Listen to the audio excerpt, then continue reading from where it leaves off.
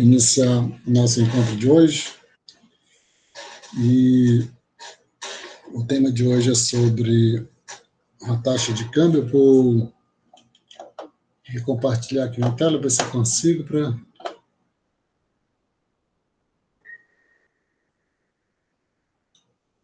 a gente seguir aqui.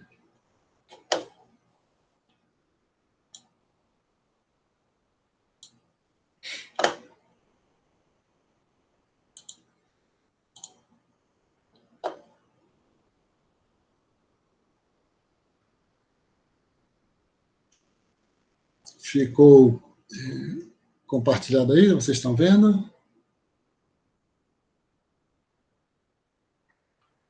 Sim, professor. Tá, obrigado. Então, hoje a gente vai iniciar um novo tema hoje, tá vendo, que é sobre taxa de câmbio. Depois que nós trabalhamos o tema sobre balanço de pagamentos, hoje a gente vai aqui para a taxa de... começar com o tema da taxa de câmbio, né? Então, vamos seguir aqui. Eu queria um pouco conversar com vocês sobre a atividade que a gente fez lá do fórum, mas ninguém se manifestou, né?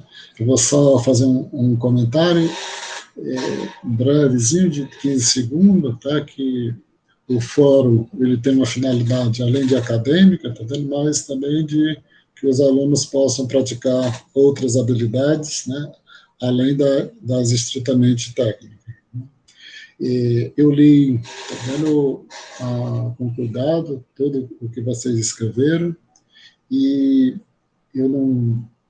Lá na frente eu vou fazer essas respostas individualmente, né, depois, só um pouco que é interessante essa interação, mas agora eu vou fazer uma geral, tá vendo, que uma das manifestações que teve lá, tá vendo, no geral eu gostei muito, porque vocês se manifestaram, independente da forma, né, que está escrito, mas teve uma, tá, que está totalmente fora do tema do fórum, né? E aí a pessoa, quando for, né, fazer essas manifestações, essas participações, tá, que a pessoa atente, né, com muito zelo, tá, sobre o que está tratando, né? Você escreveu um argumento, né, faz até sentido, né, que está dentro das convicções, mas que não tem nenhuma relação com o que tá sendo discutido lá no fórum. Isso é interessante porque a gente está num processo de aprendizado, né, de ensino-aprendizado, e isso eu gostaria só de registrar. Não sei se a pessoa está aqui ou não está, mas é que às vezes serve mais para as outras pessoas, né, que não escreveram, tá dando fora do tema, do que para a própria pessoa que escreveu.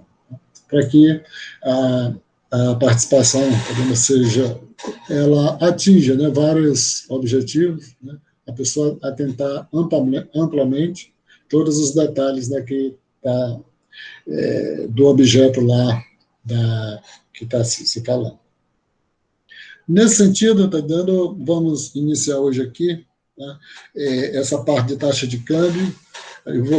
Vai ser aqui, basicamente, né, sobre o livro do Paul Krugman, né, alguns capítulos que nós vamos utilizar. Eu vou avisar para vocês que nessa parte aqui tá dando, vai ser um período curto, que a gente já está um pouco ultrapassando. No entanto, eu vou passar muitas atividades, tá, sobre essa questão aqui da taxa de câmbio, tá, porque a gente não tem a possibilidade, tá dando, de se estender por muito tempo e tratar da forma que está no livro, né? Ou se fazer do inverso, né, como se você pegar outros livros que trata, né, de forma bastante condensada, mas, no entanto, deixa muitas coisas de fora. Então, eu vou tentar fazer a apresentação com vocês, mas, ao mesmo tempo, vou passar a acelerar não, intensificar um pouco as atividades para vocês, que vocês tenham uma certa compreensão agora sobre essa unidade, sobre taxa de câmbio. Então, o título do capítulo, né, taxa de câmbio e mercado de câmbio estrangeiro, uma abordagem de ativos.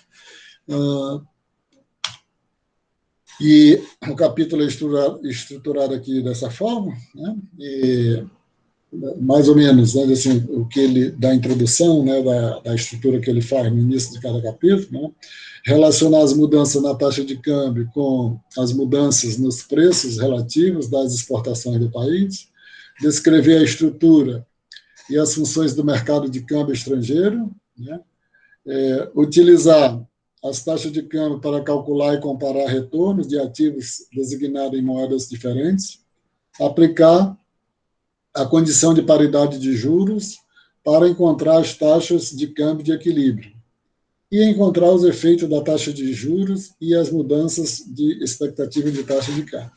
Então, esse é um tema, tá dando que, da forma que eu vou abordar, tá dando, ele está diluído, tá dando, ele não está condensado, né? Ou seja, tratar o conceito de taxa de câmbio, depois, tá dando, vai a questão de paridade do poder de compra, depois lá na frente taxa de câmbio real, bem lá na frente taxa de câmbio real, taxa de câmbio nominal, tá dando? Então, ela vai estar bem diluído ao longo dos 3 ou 4 encontros aqui que nós vamos realizar.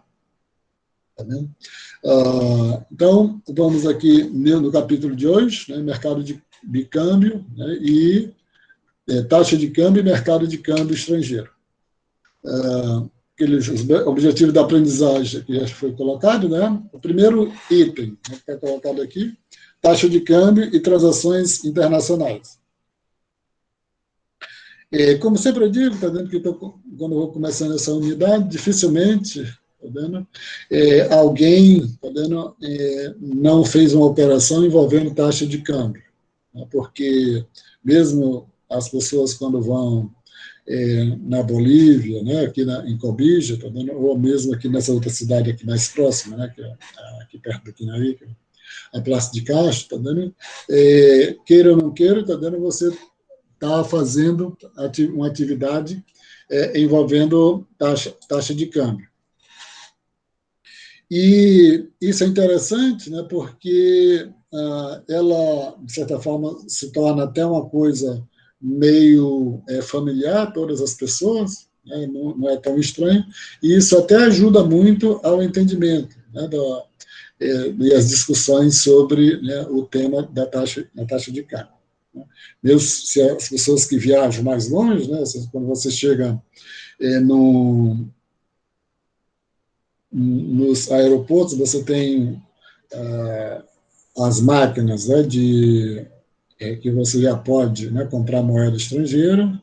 Tá? Se você chega em determinados tipos de hotéis, né, geralmente é possível, tá dando, você comprar moeda estrangeira, né, em alguns hotéis, né, que recebe, né, turistas com mais frequência, e quando em alguns, se a pessoa vai para fora e vai para se hospeda em algum local, né, também nos próprios hotéis você coloca isso. Mas o mais normal, né, para a gente fazer isso, são as casas de câmbio, né, que existem, em todas as cidades existem, até em Rio Branco existia há algum tempo atrás, eu não sei nem se ainda existe. Aí na Avenida Ceará tinha uma casa de câmbio. E quando a pessoa vai fazer isso, tá vendo, geralmente, né, geralmente não, a pessoa já sabe, né, qual é a taxa de câmbio que você vai comprar. Né? Só, se tem algum país que para você entrar, né, você precisa já entrar e com dinheiro em espécie de tantos euros, né, ou tantos dólares, porque senão você não é permitido você entrar lá como turista, porque senão vão desconfiar, tá, que você vai querer burlar leis e ficar lá, né, como imigrante ilegal. Então, mesmo também quando você vai fazer alguma viagem, você já leva uma determinada quantidade de dinheiro de outra moeda, né, dinheiro de outro país em mão. aqui nesse caso, aqui na taxa de câmbio e transações internacionais, as taxas de câmbio permitem comparar os preços das mercadorias e serviços produzidos em diferentes países, né? E elas são informações nas seções financeiras dos jornais. Então, isso para quem trabalha na área, né? Então, mais ou menos sabendo que você... Hoje em dia, não precisa ser muito em sessões financeiras de jornais, não, né? Você vai na internet e, a qualquer momento, você sabe a cotação do câmbio de qualquer moeda que você deseja. Os preços relativos das moedas podem ser vistos em tempo real na internet, e famílias e empresas utilizam as taxas de câmbio para traduzir preços estrangeiros em termos de moeda nacional. Então, a gente tinha visto anteriormente o item sobre balanço de pagamentos, né? Então, todas as operações que são realizadas no balanço de pagamentos comumente envolve, né, o cálculo, né, um cálculo que envolve a taxa de câmbio, né? Se a pessoa faz uma exportação, por exemplo, né, você vai demandar, né, vamos dizer assim, você faz a operação, alguém de fora paga a sua exportação para o agente econômico, né, coloca o dinheiro no Banco Central, e a pessoa está dando com os dólares lá no Banco Central, converte esses dólares na moeda nacional. Geralmente esse é o processo. Se é um processo de importação, geralmente o agente econômico, né, se dirige a algum banco, né, para comprar moeda estrangeira para poder quitar, né, a compra que foi feita no exterior. Quando essas operações são feitas, né, geralmente é feita por cartão de crédito, a pessoa não se preocupa muito, né, de saber, toda essa trajetória, todo esse percurso, né, de que acontece, de demandar moedas estrangeiras, né, ofertar moedas estrangeiras, isso, se você faz uma exportação, você está ofertando a moeda estrangeira, né? Se você faz uma importação, você está demandando a moeda estrangeira. Se soubéssemos, né, a taxa de câmbio entre a moeda de dois países, né, se soubermos, né, podemos computar o preço das exportações de um país em termos da moeda de outro. Se nos lembrarmos que a depreciação do dólar em relação à libra ao mesmo tempo, uma valorização da libra em relação ao dólar, né, chegamos à seguinte conclusão. Não, primeiro, antes de repetir essa sentença que está no livro, né, só para dizer o seguinte, né, que o que é a taxa de câmbio, né, que a taxa de câmbio é o preço, né, de uma moeda em relação à outra. Né. Hoje, eu não sei quanto é que está o valor do dólar, né, a taxa de câmbio hoje. Se alguém tiver aí, pode até colocar no chat aí para a gente como informação. Então, isso é o primeiro ponto. A segunda coisa, o segundo aspecto que é mais discutido, depois da definição própria da taxa de câmbio, é essa aproximação aqui sobre a apreciação da moeda, né, a valorização da moeda, e a depreciação, né, a desvalorização da moeda. Isso é interessante, né, porque a taxa de câmbio, quando aumenta, né, significa que acontece o inverso, a moeda está se desvalorizando. Uma taxa de câmbio, quando ela diminui, né, quando ela vai baixando, a moeda está se valorizando, né, porque você precisa de menos reais, no caso aqui do Brasil, para pagar por um dólar, né, por exemplo. Né? Ao contrário, né, se a taxa de câmbio está aumentando, você precisa de mais reais para pagar por um dólar, e isso significa que a nossa moeda está se desvalorizando, né, está se depreciando. Então, uma moeda mais valorizada, né? Quanto mais uma moeda é valorizada, menor é a taxa de câmbio. Quanto mais uma moeda é desvalorizada, mais desvalorizadas, né? Maior é a taxa de câmbio. E aí tem essa questão, está dentro de toda uma discussão a respeito, está dentro de melhor a taxa de câmbio valorizada ou desvalorizada, e como a taxa de câmbio é um preço, né, a taxa de câmbio é um preço, ela atende, né, se ela está bem valorizada, ela é favorável a determinados agentes econômicos, e se ela está desvalorizada, é favorável a outros tipos de agente econômico. Né? No caso, os exportadores preferem a moeda mais desvalorizada, né, com um preço maior, porque aí eles recebem, né, em moeda nacional uma quantidade maior. Né? Os importadores, né, preferem uma moeda mais valorizada, né? Ou seja, significa que para comprar um produto lá fora você precisa de menos moeda nacional para fazer a operação. Né? Não existe, né? Ou seja, como eu falei, é muito polêmica essa questão, mas geralmente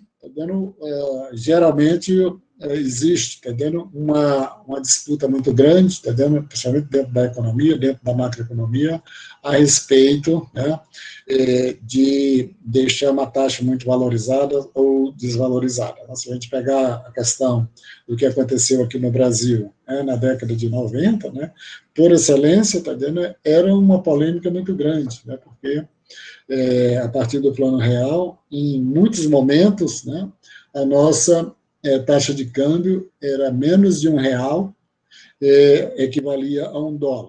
Vocês não tinham nem nascido ainda, nesse momento, e chegou até que tem alguns livros, né, que eu lembro, né, ia cometer um ato falho. Né, se você ainda observa em alguns livros, né, que a taxa de câmbio chegou até em 80 centavos, né, de 80 centavos por $1. Né. Hoje, também, a gente não imagina muito, né, o que significaria, né, uma taxa de câmbio de 80 centavos, né, por $1. Assim, eu não sei qual é o valor que está agora, mas até pouco tempo atrás estava acima de 5, ali em torno de R$5. No momento, agora, eu não sei quanto é que está valendo. Aí sobre essa questão, né, da valorização, ele diz o seguinte, né, que uma moeda se valoriza em relação a outra, ele vai dizer o seguinte: quando a moeda de um país se deprecia, né, os estrangeiros percebem que suas exportações são mais baratas e os residentes nacionais percebem que as importações do exterior são mais caras. Uma valorização tem os efeitos opostos. Os estrangeiros pagam mais pelos produtos do país e os consumidores nacionais pagam menos pelos produtos estrangeiros. Está falando aquela lógica, né, da depreciação e da valorização das moedas. Aqui, né, assim, as demandas, né, de importação e exportação, como as demandas por todas as mercadorias e serviços, são influenciadas pelos preços relativos, tal como o preço. Aí ele está usando, né, uma descrição que ele faz no livro, né, utiliza o preço de suéter e termos do preço de jeans, né, da marca. O que significa, né, os preços relativos nesse caso? Quando você se refere, né, ao valor da moeda, né, a taxa de câmbio está de R$5, por exemplo, alguém colocou aqui, né, a Abigail colocou, está 5,32. Né?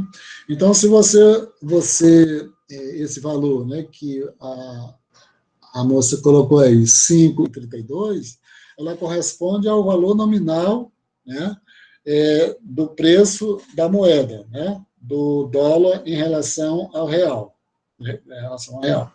Mas, está dando em muitas situações, né, esse valor, principalmente para quem trabalha com algum tipo de atividade mais complicada, ou análise, né, ou com algumas operações mesmo, aplicação no mercado financeiro, o que serve mais, né, é o preço relativo das moedas. o preço relativo da moeda. E o preço relativo das moedas, está dando, ele geralmente, está dando, como ele não pode ser expresso aí, está dando a taxa de câmbio hoje no Brasil está $5,32, né? Ele não é expresso assim, diz assim, a taxa, se você trata em relação aos preços relativos, você diz, olha, um computador, um carro, né, está equivalendo, tá vendo, a 10 computadores, por exemplo, a 10 notebooks. Ou tá dando, um carro corresponde, está dando a 5 notebooks. Então, esse tipo de comparação, né, é que se refere aos preços relativos. Né? E tem uma utilidade. Né? Depois, ao longo, né, como eu falei para vocês, vai ser um pouco demorada essa nossa discussão sobre taxa de câmbio, e também com muitas atividades a respeito, e vocês vão verificar a utilidade que tem de tanto falar como a Abigail colocou aí, né, do valor da taxa de câmbio nominal, como em termos, né, de preços relativos. E se alguém tiver alguma pergunta, pode ir fazendo, né, que é interessante para a discussão. Tá bom? Como todo o resto igual, uma valorização da moeda de um país aumenta o preço relativo de suas exportações e diminui o preço relativo de suas importações. Né? Porque se a moeda se valoriza, né, tudo permanecendo igual, né, significa que as exportações, né, elas ficam mais caras, né, e ficam mais caras, não ficam mais baratas, né, e as importações ficam mais caras. Então, por isso que o preço relativo aumenta o preço relativo das exportações e diminui o preço relativo das importações. De forma contrária, uma apreciação da moeda, né, uma valorização da moeda, diminui o preço relativo das exportações, uma depreciação, né, da moeda diminui o preço relativo das exportações, né, porque você vai ter, tá entendendo? Menos, né, a quantidade física, né, de exportações do bem em relação e aumenta o preço relativo das importações. Aí essa tabela que tem aí no livro que eu coloquei, né, que ele vai dizendo o seguinte, né, coloca o seguinte: a taxa de câmbio do dólar e libra e o preço relativo aí ele dá os dois produtos lá, né, da calça jeans, né, lá dos Estados Unidos, e o suéter, né, lá da Britânia. Aí vai dizer o seguinte: com uma taxa de câmbio de 1,25, tá vendo? De $1 e 25 cents, né, por euro, você consegue uma relação de um par de jeans, 0,39, né, por suéter. Né, a relação entre o jeans, né, uma peça de jeans, né, em relação ao suéter. Se a taxa de câmbio vai aumentando, né, o que é que acontece? Né? Vai aumentando também, né, o preço relativo, né, do jeans em relação ao suéter, né, e assim sucessivamente, né, da forma que está tá colocado aí em cima, né, com uma depreciação, né? Se a taxa de câmbio vai aumentando, não significa que é uma depreciação, né? Uma depreciação diminui o preço relativo das exportações do país e aumenta o preço relativo de suas importações, né? O preço relativo das importações. Isso, aí ele vai verificar que lá para frente ele sempre vai utilizar essas informações. Aí interessante, eu coloquei, tá vendo, na unidade lá, tá vendo o livro, tá vendo, para que vocês, tá vendo, leiam, tá vendo, com cuidado, tá vendo, porque são muitos detalhes, né, em cada um desses pontos aqui que ele faz referência. O mercado cambial estrangeiro, né, na sequência, né, ele vai tratar sobre o mercado cambial, e uma primeira informação, né, que ele coloca, né, a respeito com o desenvolvimento, né, ao longo do tempo, passou do telefone, por fax, etc., hoje em dia com a questão da internet, O mercado cambial ele funciona 24 horas por dia. Né? Isso aí devido à questão de fuso horários, etc. Porque quando a gente está aqui, dando no final da tarde, né, no início da noite aqui, você está fazendo referência ao mercado asiático. Né? Da mesma forma, o contrário, né? Quando está amanhecendo o dia, não, tá dando, não é o contrário. Quando o mercado de lá está fechando, né? O daqui está dando, umas horas depois, né, umas 3, 4 horas depois, vai abrir. O mercado no qual o comércio monetário internacional começa é chamado de mercado cambial estrangeiro. Né? Os principais participantes do mercado cambial estrangeiro são os bancos comerciais, as corporações que se envolvem, né, no comércio internacionais, as instituições financeiras não bancárias, como empresas de gestão de ativos e companhias de seguros, e os bancos centrais. Deixa eu só botar isso aqui, tá vendo?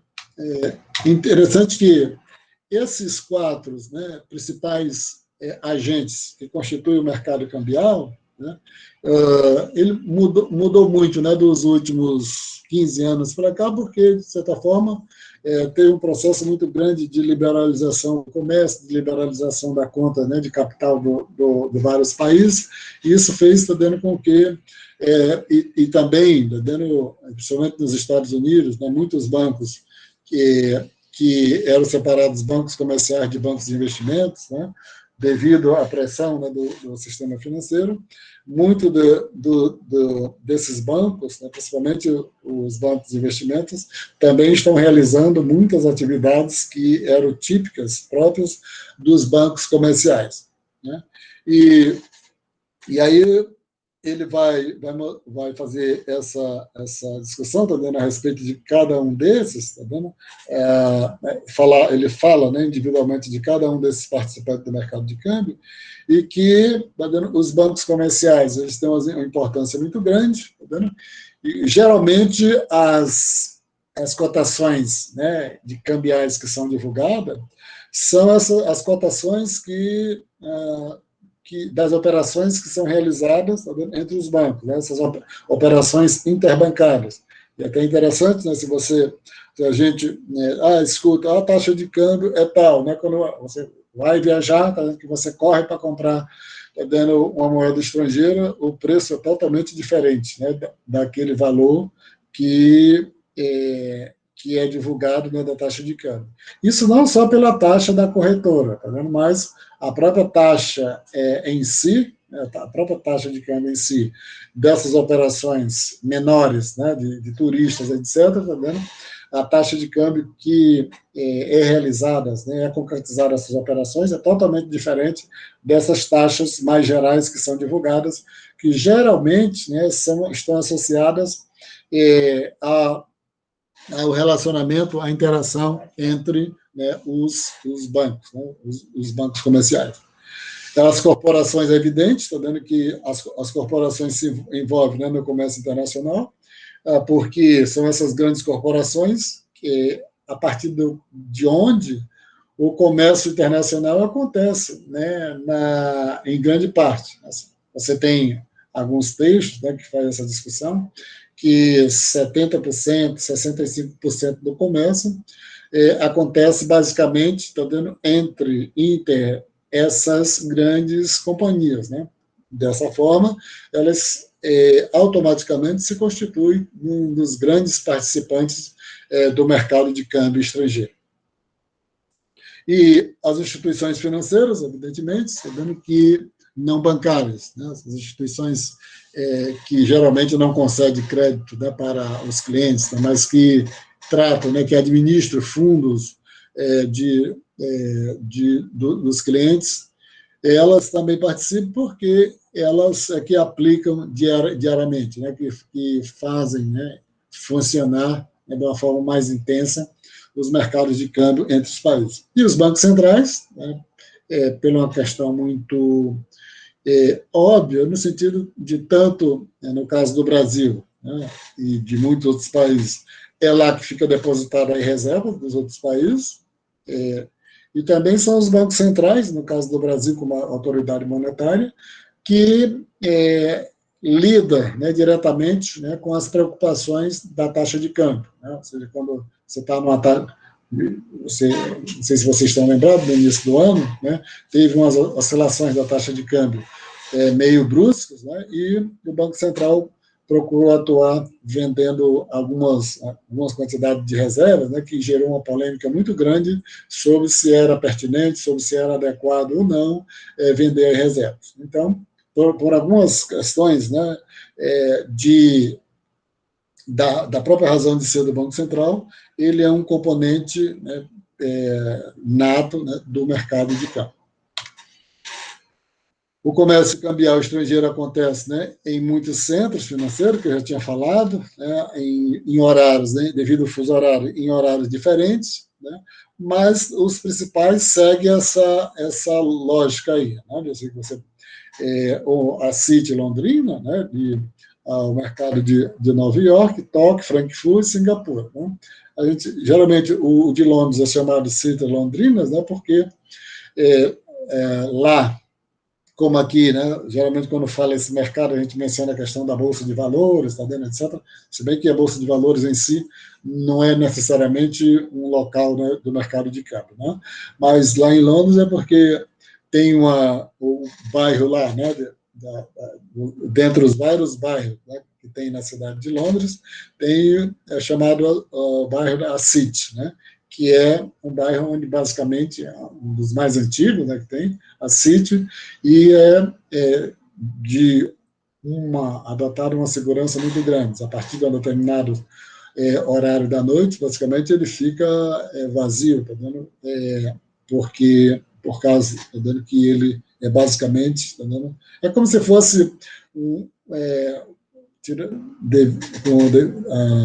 considerando as devidas diferenças, né?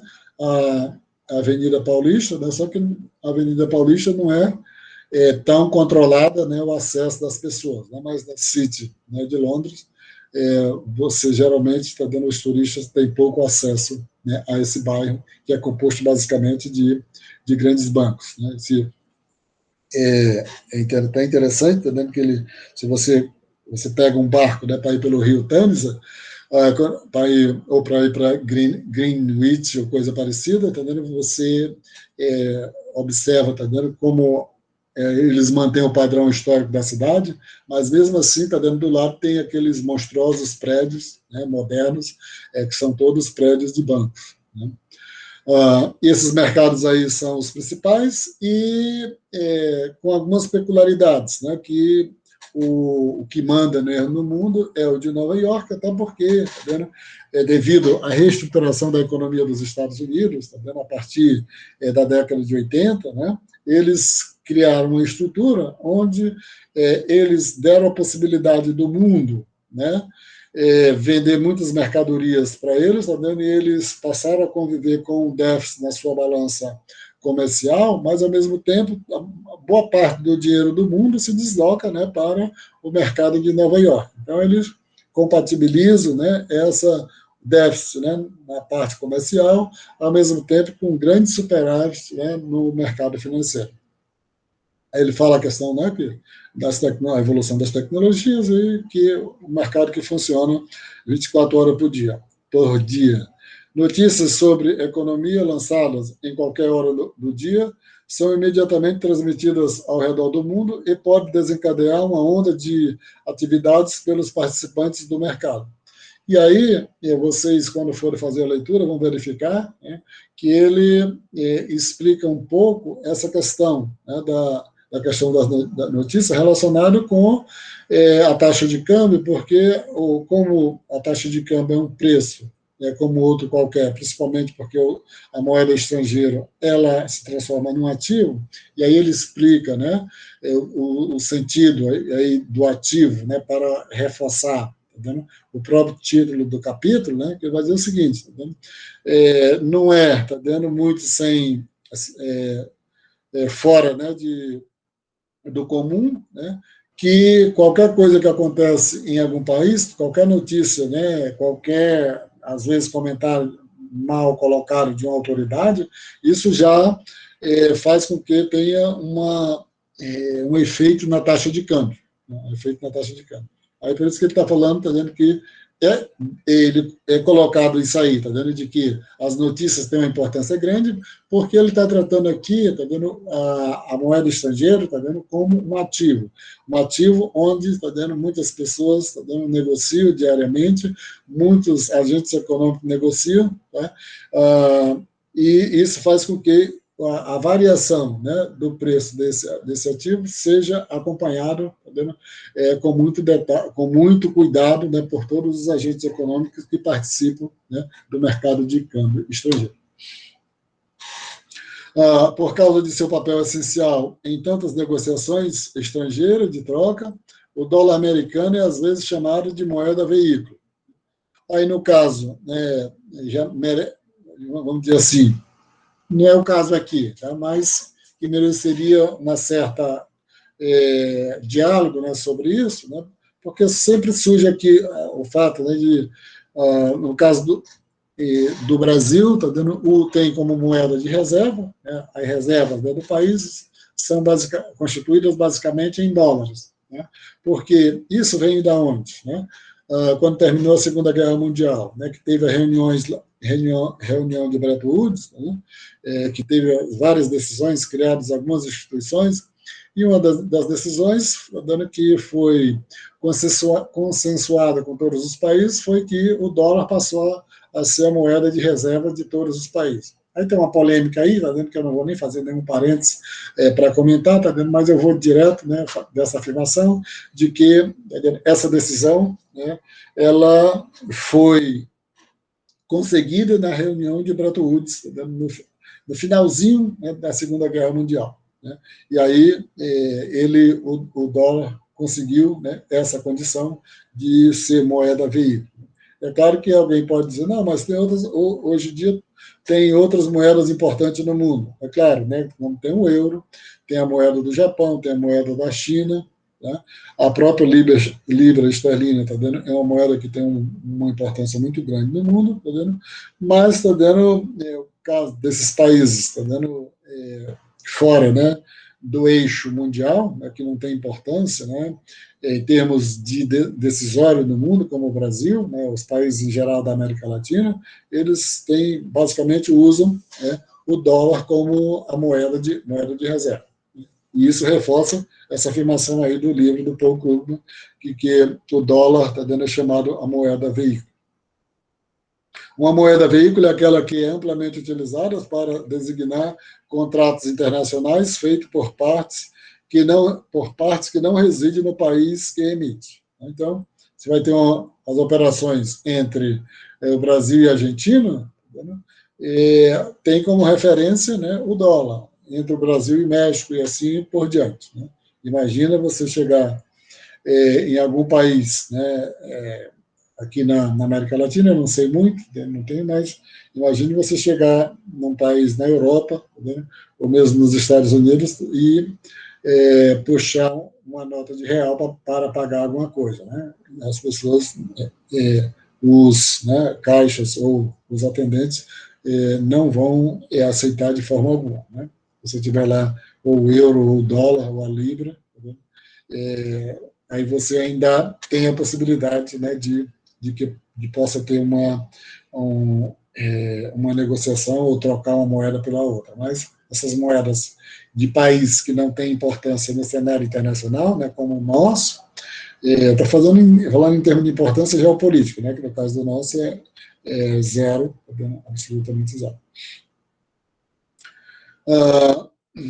As taxas de câmbios que governam o comércio à vista, né, são chamadas de taxa de câmbio spot, e o negócio é chamado de transações spot. Então, toda vez que se faz uma operação, né, uma moeda estrangeira, e para receber naquele momento, né, você compra uma moeda estrangeira, né, ou faz qualquer operação, né, e faz ali, e é concretizada naquele momento, ela é chamada de um comércio à vista, né, e a taxa de câmbio spot. As outras, né, tem outra denominação que a gente vai ver em seguida, né, mas isso é só em termos de você substitui a palavra à vista, né, pelas palavras, né, de outras línguas, no sentido que vocês ouviram falar, né, taxa de câmbio spot, né, transações spot, é que aquela transação é concretizada naquele momento. Os negócios de câmbio estrangeiro, de vez em quando, especificam uma data futura para a transação. Uma data que pode ser de 30, 90, 180 dias, ou até mesmo está a muitos anos de distância. Essas operações futuras geralmente são comuns, né, dentro daqueles grandes participantes, né, que fazem operações, né, de aplicações contra moeda estrangeira, né, num prazo maior, no mercado futuro. E mesmo, né, operações, né, de venda, né, de compra e venda de bens e serviços, né, muitas delas se dão no mercado futuro, porque muitas empresas, como é muito rígido no comércio internacional, né, muitas empresas realizam o contrato, né, de exportação ou de importação para daqui a 3 meses, 4 meses, 5 meses, e isso quando é assinado, quando esses contratos são assinados, você já está envolvendo a moeda estrangeira. As taxas de câmbios cotadas nessas transações são chamadas de taxas de câmbios futuras. A data futura na qual as moedas são, de fato, trocadas é chamada, né, da data valor. Como tem uma variedade muito grande nessas modalidades, né, de operações à vista, né, e termos futuros, né, então, da mesma forma, que nessas operações que é mais do conhecimento, né, são familiares, vocês que já fizeram algum curso, né, de bolsa de valores ou coisa parecida, está vendo? Você faz uma operação no futuro, está vendo? Com a intenção de comprar ou vender no futuro, está vendo? Você faz combina, está vendo? Eu vou combinar em fazer uma operação de venda com você, está dentro daqui a 90 dias, pelo valor tal. Né? Então, daqui a 90 dias, essa operação vai ser feita pelo aquele valor que foi combinado. Né? São operações meio, né, que envolvem muitos cálculos, muitas análises e tudo, tá vendo? Porque só quem é muito especialista tá vendo? Dentro desse mercado, tá vendo? Que sabe tá vendo? As vantagens e as desvantagens de você se comprometer em concretizar uma operação daqui a 30, 90 ou 180 dias. Aí você tem a questão do swap, né, cambial estrangeiro, é uma venda à vista, né, de uma moeda combinada com uma recompra futura dessa moeda. O swap, né, cambial, ele é tanto realizado, né, entre os participantes do mercado que não são, né, exceto o Banco Central, tá vendo? Como o próprio Banco Central, tá vendo? Utiliza esse instrumento do swap cambial, né, para, às vezes, intervir no mercado cambial para controlar algumas modificações bruscas da taxa de câmbio. Né?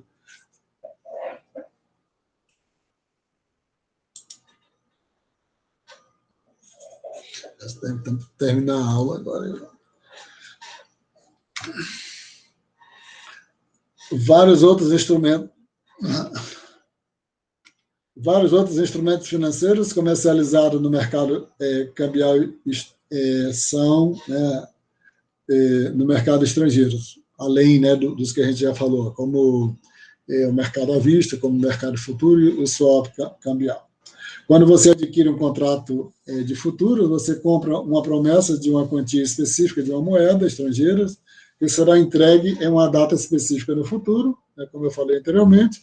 Essa data específica do futuro, ela tem que ser concretizada conforme foi combinado. Né? Só você diz, olha, eu vou fazer essa compra daqui a 2 meses, tá vendo, por X, né, X unidades monetárias. Então, ela tem de ser concretizada por aquele valor. Da mesma forma, se comprometeu, né, a vender, também é feito dessa forma. Uma opção cambial estrangeira dá ao seu proprietário o direito de comprar ou vender uma quantia específica de moeda estrangeira a um preço específico, em qualquer momento, até uma data de expiração, né, a data, o deadline, né, da operação que foi contratada, né, específica, que foi decidida entre os dois, né, entre o vendedor e o comprador, que estão combinando, né, em fazer concretizar essa operação no futuro. A demanda por ativos em moeda estrangeira, está vendo? Aqui é interessante, sabe, quando vocês forem fazer a leitura, né, ficarem bastante atentos, né, para as observações que que os autores, né, do livro se referem sobre o ativo, né, assim, que está falando taxa de câmbio, né, e mercado de câmbio estrangeiros, uma abordagem a partir de ativos, né, que está tratando, está vendo a moeda estrangeira tal como um ativo, porque aí você está especificando, né, no sentido de você compra uma moeda, né, agora, pensando, está vendo, enquanto ela vai valer no futuro, né, e esse cálculo, né, que é feito, né, sobre o valor presente, né, tá dentro de uma moeda, né, mas pensando, né, qual é o valor futuro, quando você compra uma moeda, isso faz com que os agentes econômicos, né, estejam fazendo algum investimento, tá? E esse investimento, tá dando, ele é passível, né, de se reverter em ganhos, né? Por isso que ele está se referindo, está dando a moeda aí como um ativo, né? Porque quem trabalha no mercado de câmbio, né, no sentido de pensar, vou comprar a moeda agora, tá vendo? Daqui a 3, 4 meses ou daqui a um ano, tá vendo? Eu tenho uma expectativa, tá vendo, de que o ganho vai ser de tantos, né, de tantos por cento. Né? E isso é muito em função da própria definição do ativo que ele faz referência. Como as demandas dos principais protagonistas por diferentes tipos de depósito de moeda estrangeira são determinadas. A demanda por um depósito bancário de moeda estrangeira é influenciada pelas mesmas considerações que influenciam a demanda por qualquer outro ativo. Né? E se a gente falasse assim, né, de assim, um dos ativos mais tradicionais que existe no mercado são os ativos imobiliários. Né? São os ativos imobiliários. Então, assim, as pessoas que compram que vão nas imobiliárias, né? Verificar o preço, tá dando, dos imóveis, tá dando, no sentido de comprar agora, para vender daqui a 2, 3 anos. Tá vendo? Tem gente que atua intensivamente, né, nos mercados imobiliários. Né? Vocês veem até nos jornais, está dando notícias, né, de políticos, né, que ao longo do tempo vem atuando intensivamente, tá, no mercado imobiliário, está obtendo ganhos, está dando super vultosos, né, super vultosos. Então, está fazendo essa comparação na questão dos ativos, está vendo que quem compra, né, a compra e a venda, né, da moeda, né, estrangeira, ela parte, né, da premissa, está dando de que essa decisão é analisada como qualquer outro ativo. E a principal entre essas considerações é a nossa visão de quando o depósito valerá no futuro. Quando o depósito valerá no futuro. A situação vai um pouco se complicando daqui para frente, está vendo que só quando vocês tiverem a possibilidade de fazer a leitura, que um pouco vocês vão um pouco se aproximando mais, tá vendo? E não achando estranho essa discussão que ele vai fazendo a respeito dessa parte de operacionalização no mercado de câmbio, né? Dado a questão da taxa de câmbio, dado o preço de duas moedas, tá vendo? E como é que quando chegar um pouco, daqui a pouco a gente vai verificar o grau, né, um certo grau de complexidade que tem dentro dessa lógica.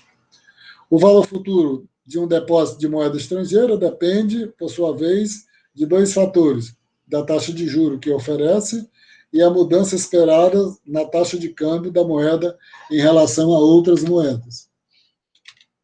Então, é a partir daqui, né, que a situação, né, se torna,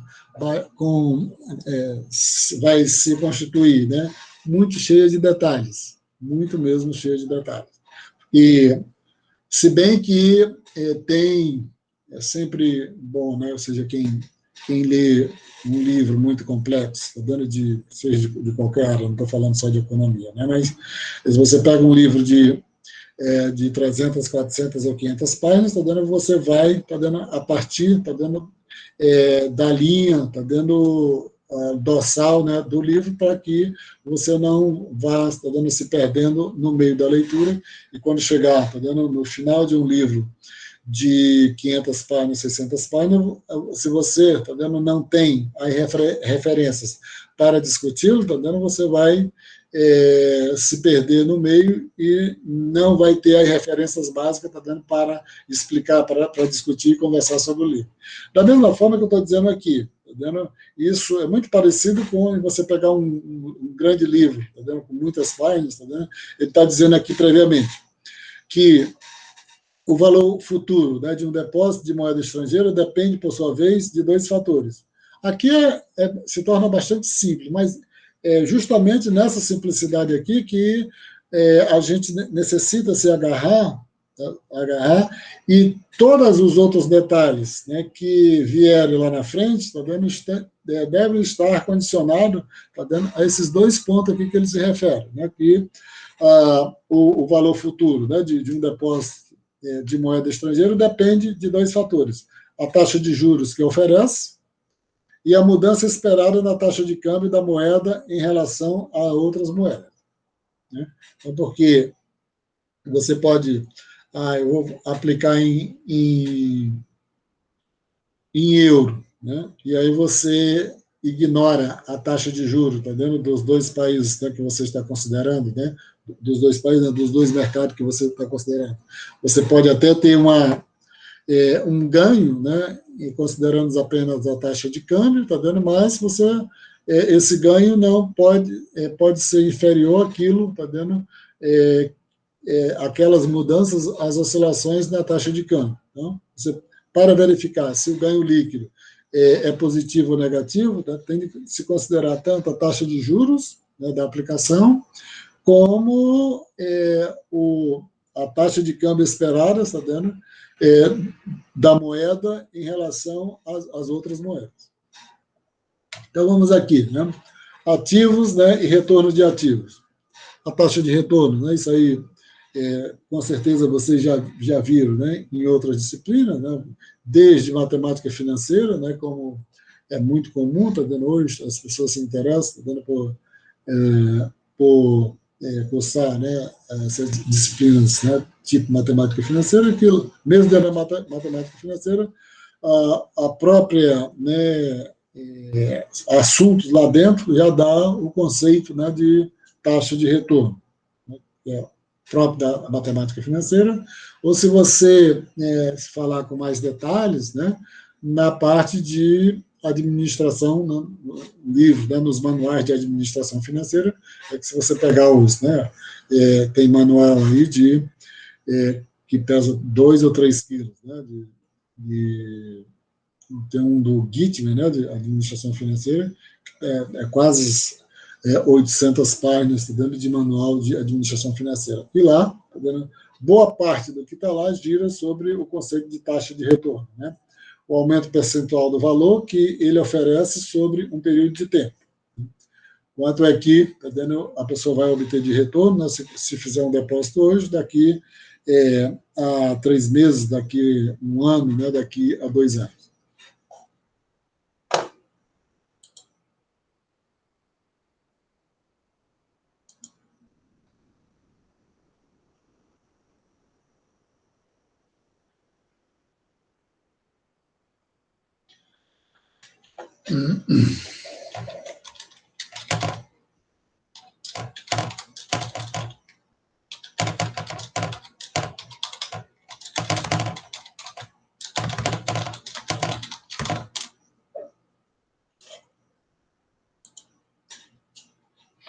A taxa de retorno esperada que os poupadores consideram na hora de decidir quais ativos comprar é a taxa real de retorno esperada.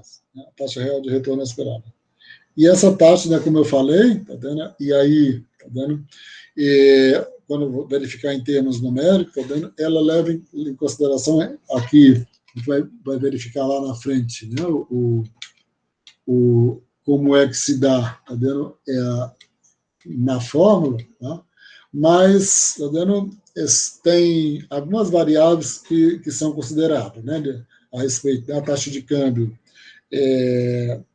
atual, a taxa de câmbio futuro, a taxa de a variação, né, da nominal, né, da moeda, dependendo, né, do país onde você vai fazer a aplicação, ou do seu próprio país, e a taxa de juros, né? Então, que nem eu falei, tá vendo, como os dois, né, tudo gira em torno daqueles dois pilares que ele colocou lá, né, a taxa de juros, né, que é oferecida, tá? E a mudança na taxa de câmbio, na mudança esperada na taxa de câmbio, Tudo isso sempre está relacionado com isso. Porque você pode ter um ganho, né, e até ele cita vários exemplos, né, assim você pode ter, né, até que eu tentei, né, comentar anteriormente, né, você pode ter comprar uma determinada quantidade de moeda, investir na determinada quantidade de moeda, e devido à mudança na taxa de câmbio, você pode até receber uma quantidade maior de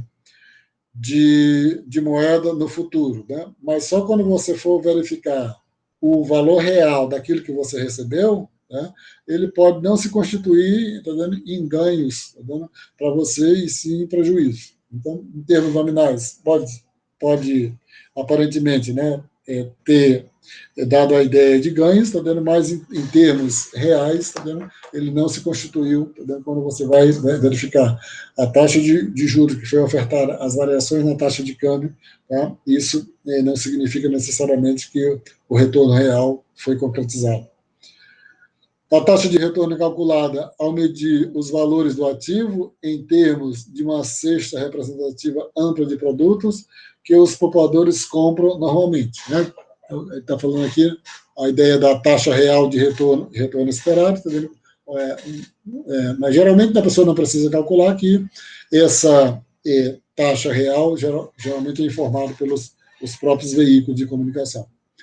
É a taxa real de retorno que importa, porque o objetivo final de poupar é o consumo futuro, e somente o retorno real mede o que um poupador pode comprar no futuro, né? Os comentários que eu estava fazendo, tá vendo que não faz muito sentido se preocupar só com a diferença dos valores nominais. Os poupadores preocupam-se com duas características principais de um ativo, além de seu retorno, né? Aí está falando a questão mais de tomada de decisão, né? Que a gente, eu não sei se vocês fizeram, todo mundo que está aqui fez a disciplina anterior de teorias do comércio internacional, que em capítulos anteriores o Krugman, né, trata dessa questão, né, de aversão à risco, etc. Tá vendo? E aqui ele já não está mais tratando, né? Está só colocando de forma telegráfica, né? Alguns fatores, né, alguns aspectos, tá vendo, que os poupadores se preocupam, né? O risco, né, a variabilidade que contribui para a riqueza, né, do poupador. Aí lá atrás ele fala, né, faz alguns comentários em capítulos anteriores sobre essa questão do risco. Principalmente que, de um lado, né, a questão da aversão a risco, e inclui outras discussões. E a liquidez, né, do ativo, né, a facilidade com a qual o ativo pode ser vendido ou trocado por mercadoria, né? Vocês sabem que é uma coisa importante, né, para os ativos, né, são considerada a sua liquidez. Os ativos imobiliários não têm um grau de liquidez, né, igual à moeda, né, assim, o dólar, né, a moeda de reserva, né, isso já facilita muito os investidores correrem, né, para o dólar, para o euro, né, para a libra, e quando tem algum problema, tá dando, na economia. As taxas de juros desempenham um papel importante no mercado cambial estrangeiro, porque os grandes depósitos trocados ali pagam juros, cada um a taxa que reflete sua moeda de valor nominal. Então, só repetindo aqui um pouco, né, assim, os dois valores, os dois aspectos principais é a taxa de juros e a questão da taxa, né, de câmbio, a variação esperada da taxa de câmbio. Só que os investidores também têm outras questões que eles levam, na análise, que é a questão do risco, né, e do grau de liquidez do ativo. Se utilizar dólares para comprar um depósito de euro, né, por exemplo, né, quantos dólares eu vou ter de volta depois de um ano? E aí já começa a questão dos detalhes, né, porque você diz assim, ele está fazendo sempre análise, né, eu coloquei uma atividade para vocês, né, lá na plataforma, para quem chegou depois, né, nós vamos intensificar a quantidade de atividades agora nessa unidade, vai ter 4 ou 5 atividades num espaço curto de tempo, um pouco para que vocês possam se familiarizar, no sentido de forçar um pouco a leitura de vocês, né, a respeito sobre o tema. E aí, vocês vão ver, ele faz análise, sempre está falando em dólar, porque é um autor norte-americano, mas se vocês pegarem um livro, né, que é escrito pelo autor brasileiro, né, sobre economia internacional, ele vai estar falando basicamente de real. Então, se utilizar reais, né, para comprar um depósito de euro, né, quantos reais, né, a pessoa vai ter de volta depois de um ano? Quais são as duas variáveis que ele falou, né? A taxa de juros e as variações esperadas na taxa de câmbio. Esses são os dois principais. É claro que nesses dois principais também está incluído aí, a questão, do risco, a questão da liquidez, como ele falou lá atrás, quando você responde a essa questão, né, está calculando a taxa de retorno do dólar em um depósito de euro, pois compara seu preço em dólar hoje com o seu valor em dólar de um ano a partir de hoje, né? Aí ele vai lá colocar, né, disse que ele coloca, só para vocês, né, colocar aqui no livro, está posto, né, lá, de forma bastante detalhada, né, bastante didática, passo a passo, né, como é que se chega a isso. Não tem nenhuma complicação, né, de cálculo, tem complicação de detalhes, né, por isso que às vezes pode até se tornar meio sacal, meio entediante, né, porque é muito cheio de detalhes. Né.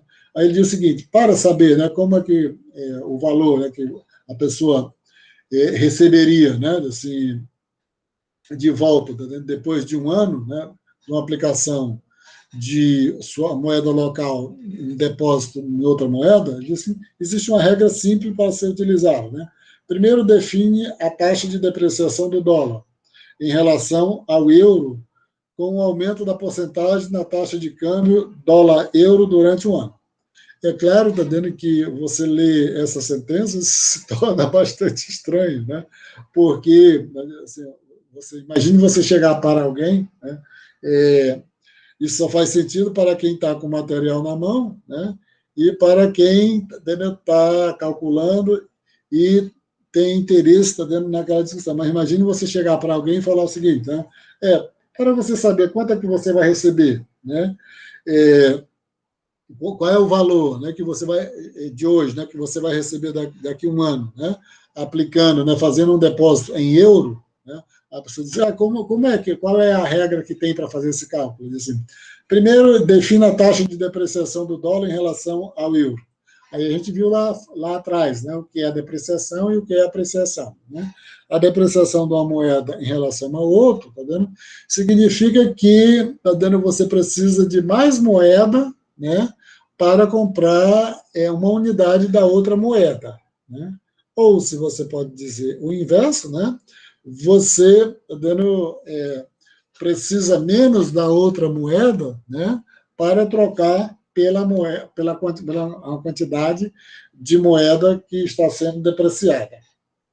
Aí ele está falando assim, primeiro define a taxa de depreciação do dólar em relação ao euro, né, como o aumento da porcentagem da taxa de câmbio dólar-euro durante um ano. Né?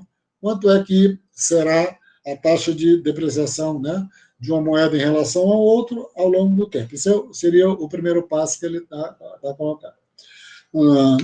Que ele se refere aqui na regra básica. Né? A regra é a taxa de retorno do dólar em depósito em euro é aproximadamente a taxa de juros de euros mais a taxa de depreciação do dólar em relação ao euro. Então, está usando aí a taxa de juros que você vai obter no depósito em euro, tá? Mas você tem de considerar, tá vendo, como no final de conta, tá vendo, você quer receber esse valor em dólar, né, quem está lá nos Estados Unidos, ou em real, né, se você estiver aqui no Brasil, tá vendo, você vai dizer o seguinte, né, em primeiro momento, eu vou considerar, quero saber, eu vou fazer esse depósito em euro, né, quero saber qual a taxa de juros da que está sendo remunerado esse depósito. Mas também, além disso, se você está aqui com real, você tem de ver a taxa de depreciação, né, do real em relação ao euro, né, ou, como ele está tratando aqui, do dólar em relação ao euro. Aí escrevemos a taxa de retorno esperada em um depósito de euro, medido em termos de dólares, como a soma de a taxa de juros do euro e a taxa de depreciação do dólar esperado em relação ao euro. Né? Então, só verificar essas notações aí, que ele vai dizer o seguinte, como é que, para escrever, né, a taxa de retorno esperada de um depósito em euro, né, ele está falando lá, dos Estados Unidos, né, a moeda de referência é o dólar, mas ele diz assim, alguém vai fazer uma taxa de depósito em euro. Para calcular isso, né, qual é a taxa de juros que está sendo remunerado o depósito lá em dólar e a taxa de depreciação do dólar esperada em relação ao euro. Então, aqui, a taxa de juros do euro, mais, né, entre parênteses, né, a taxa de esperada, né, de câmbio, né, do dólar em relação ao euro, menos a taxa, né, de câmbio atual, né, do dólar em relação ao euro. Né. Esse valor entre parênteses, né, a taxa de câmbio esperada menos a taxa de câmbio atual do dólar em relação ao euro, dividida, né, pela taxa de câmbio do dólar em relação ao euro.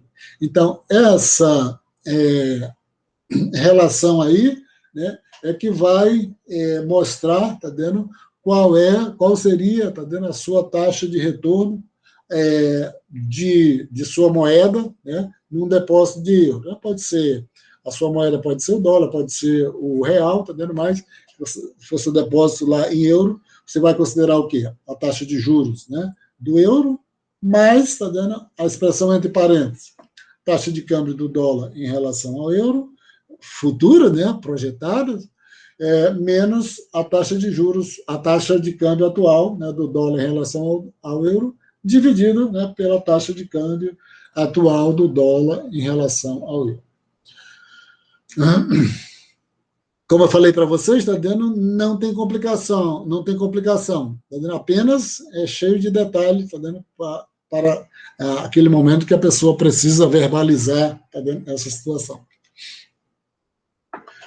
Ativos, né, e ativos e retorno de ativo, aí continuando, né, aí a diferença da taxa de retorno esperada entre depósito em dólar e em euro é, portanto, igual, né, a taxa de juros, né, do dólar menos a expressão anterior. Então, se você pega a expressão anterior, diz assim, qual é, tá vendo, quanto você iria ganhar lá em euro, né? Mas só como a sua moeda é em dólar, diz assim, você tem de acrescentar aqui, né, a sua taxa de juros de dólar menos, né, entre parênteses, ou entre colchete, a expressão anterior aqui, toda a expressão anterior, aqui, né, que a expressão anterior é a taxa de juros do euro, mais, entre parênteses, taxa de câmbio esperada menos a taxa de câmbio atual, né, do dólar em relação ao euro, dividido, né, pela taxa de câmbio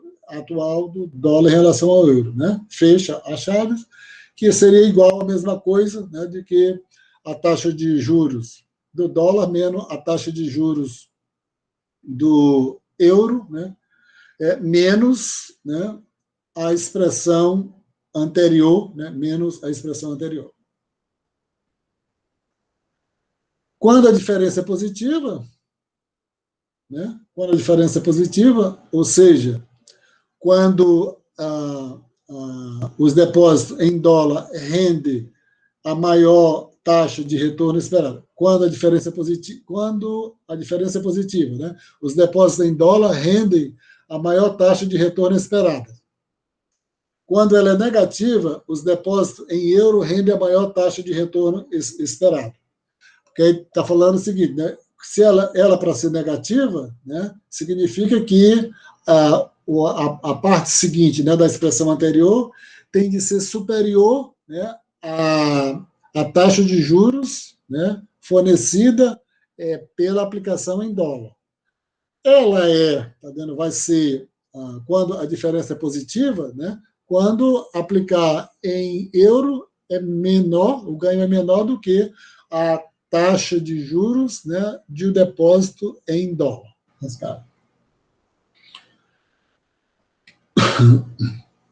Equilíbrio do mercado de câmbio estrangeiro. Tá?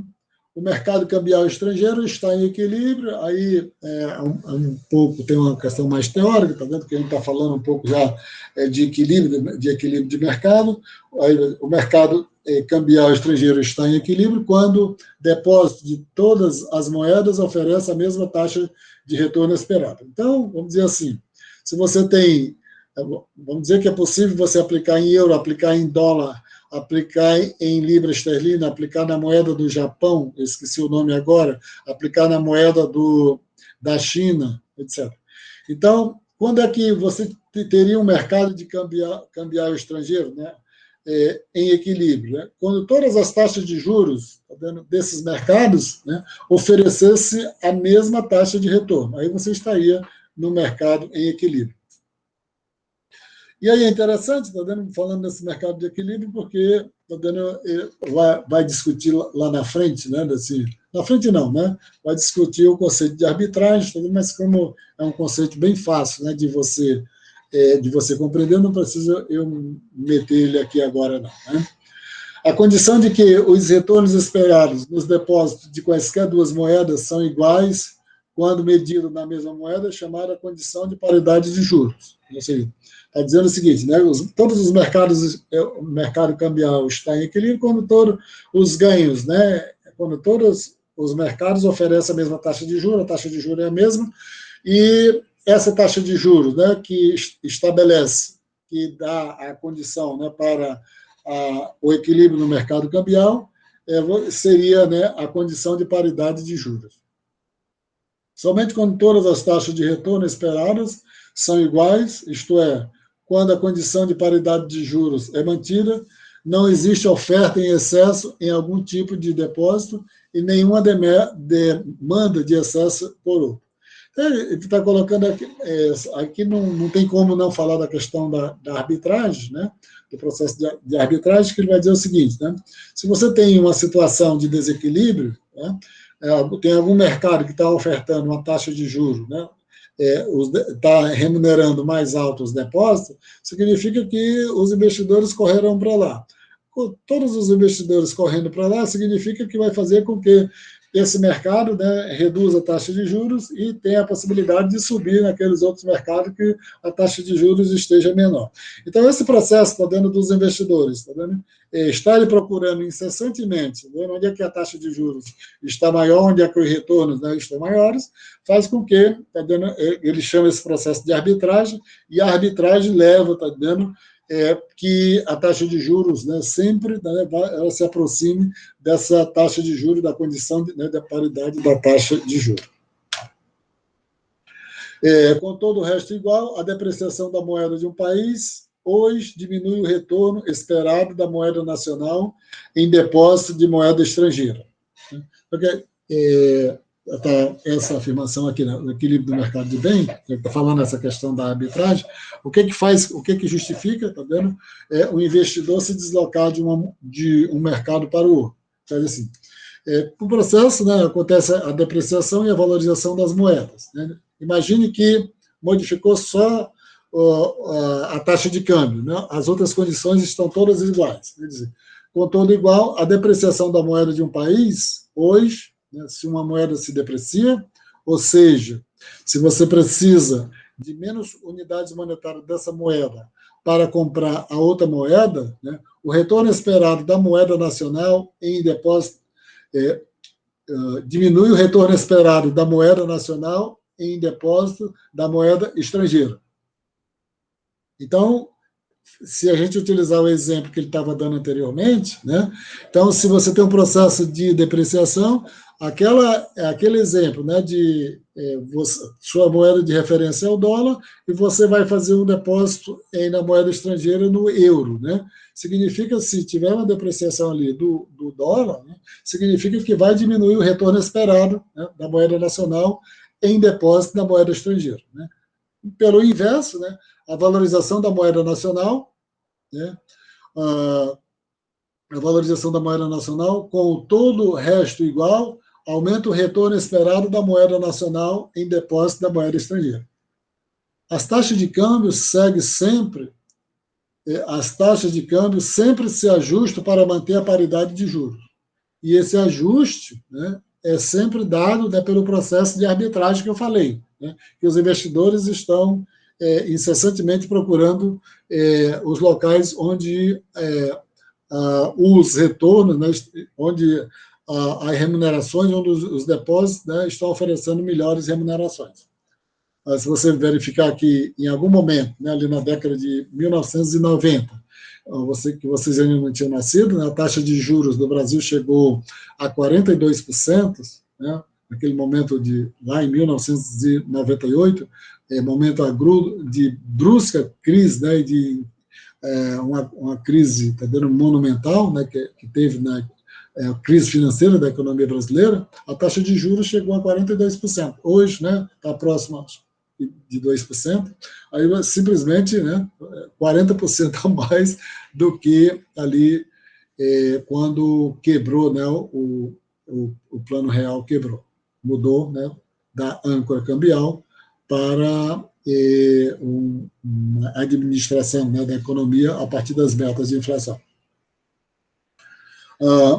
Como a taxa de câmbio é ajustada, aí eu já falei, né, que é o processo de arbitragem, aí só colocar aqui, os proprietários de depósitos de euros, né, insatisfeitos tentam vendê-los por depósito de dólares, tá vendo? Mas com o retorno do dólar dos depósitos é maior do que aquele dos depósitos do euro na taxa de câmbio,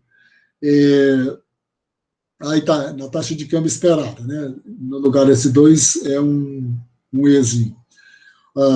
Na taxa de câmbio esperada do dólar em relação ao euro, nenhum proprietário de depósito em dólar está disposto a vendê-los por um preço de euro nessa taxa. Então, todas as mudanças que acontecem faz com que os investidores se afastem ou procurem depositar em determinada moeda. Uma vez que a taxa de câmbio alcance, né, um determinado patamar, os depósitos de euro e dólar oferecem retornos iguais e os proprietários dos depósitos de euro não têm mais incentivos para tentar vendê-los por dólares, né? Que chegaria, né, quase naquela situação, né, da taxa, né, da paridade, né, da taxa de juros. O mercado cambial estrangeiro está, portanto, em equilíbrio. Se você pegar lá, a primeira coisa que foi disso, o mercado de câmbio equilíbrio, é quando todos os depósitos de todas as moedas estão oferecendo a mesma taxa de juros.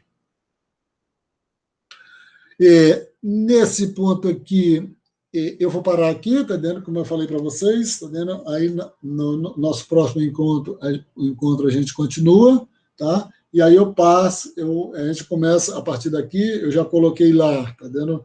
Na plataforma, uma atividade para vocês, e essa né, discussão aqui, esse diálogo sobre taxa de câmbio vai demorar um pouco, está dando demorar um pouco, eu digo, não semanas, né, mas está dando uns 3 ou 4 encontros. Tá?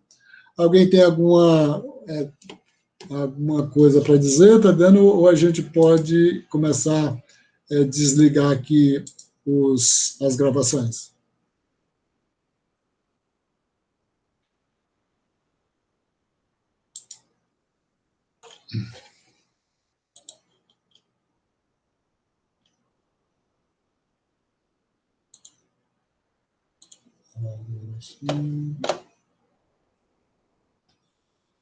Então eu vou desligar aqui a gravação, daí a gente vai se despedindo, que daqui a pouco eu tenho outro encontro aqui. Tchau para vocês, para quem ainda está aí. Oi, professor, é a Juliana, eu queria que o senhor mandasse para nós essa gravação. Tá legal, deixa eu ver se eu consigo aqui, tá bom? Agradeço, tá?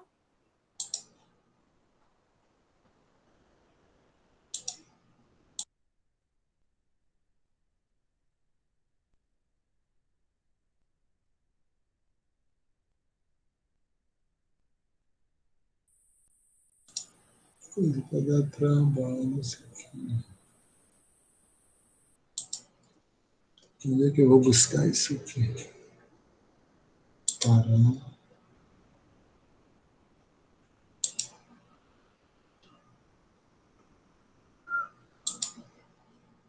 Pará.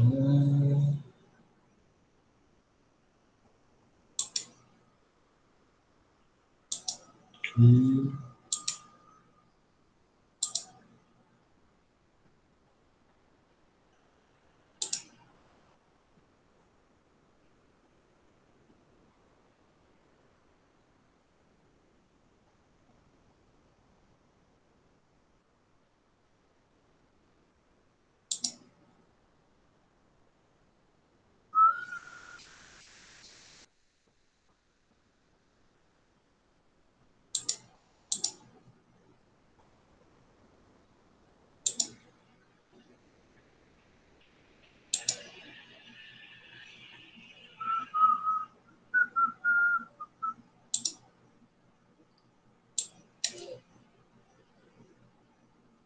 Eu não acredito que isso aconteceu.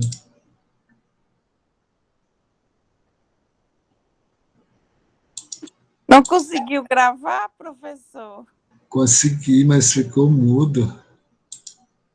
Mentira! Ai, Jesus! Foi verdade. Vou mandar para você ver aqui. Eu nem imagino que isso aconteceu.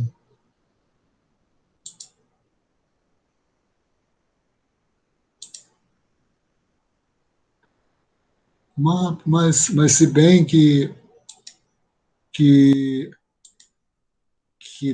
tá gravando no